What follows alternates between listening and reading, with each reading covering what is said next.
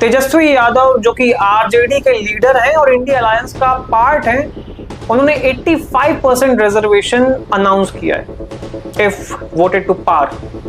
मतलब 50% reservation cap जो है उसको हटाकर ये 85% रिजर्वेशन तक लेकर जाएंगे। जो पिछड़ा, दलित, आदिवासी, अति पिछड़ा समाज है उसके उत्थान के लिए।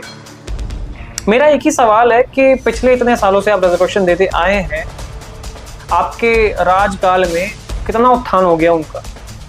सबसे ज्यादा जातिवाद बिहार में और सबसे ज्यादा जातिवाद से प्रताड़ित ये कम्युनिटीज भी बिहार में ही है। इतना अच्छा अगर आप सोचते होते तो ये कब का इन कम्युनिटीज का उत्थान हो गया होता, ये ऊर्ध्वगमन की ओर बढ़ चुके होते। पहले जंगल राज में बिहार में बसे उद्योगपतियों को भगाया इन्होंने।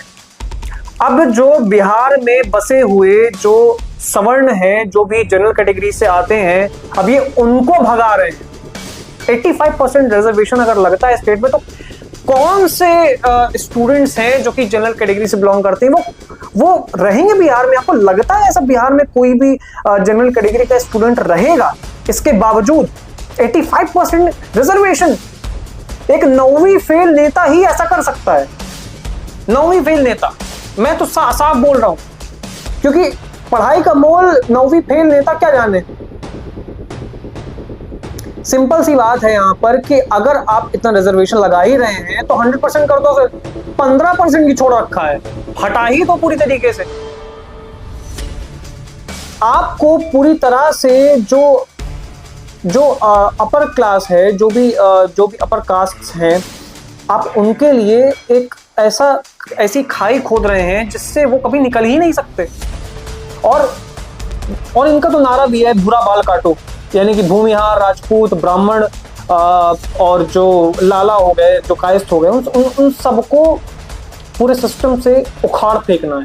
तो एक काम करिए, आप सीधा अपने मैनिफेस्टो में डाल दीजिए कि जो भूरा बाल है उसको नौकरी मिलेगा ही नहीं। आप सीधा डाल दो, क्योंकि वो ज्यादा बेहतर होगा।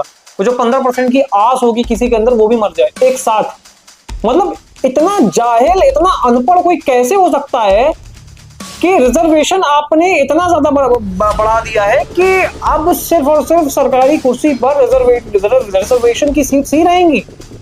मतलब 100 सीटों में 85 सीटें रिजर्वेशन की सीट्स हैं, रिजर्व सीट्स हैं उन कम्युनिटीज के लिए। तो मतलब कि अब 15% सीट किसके लिए बचा के रखी है? वो भी हटा दो, क्या ही फर्क पड़ता है।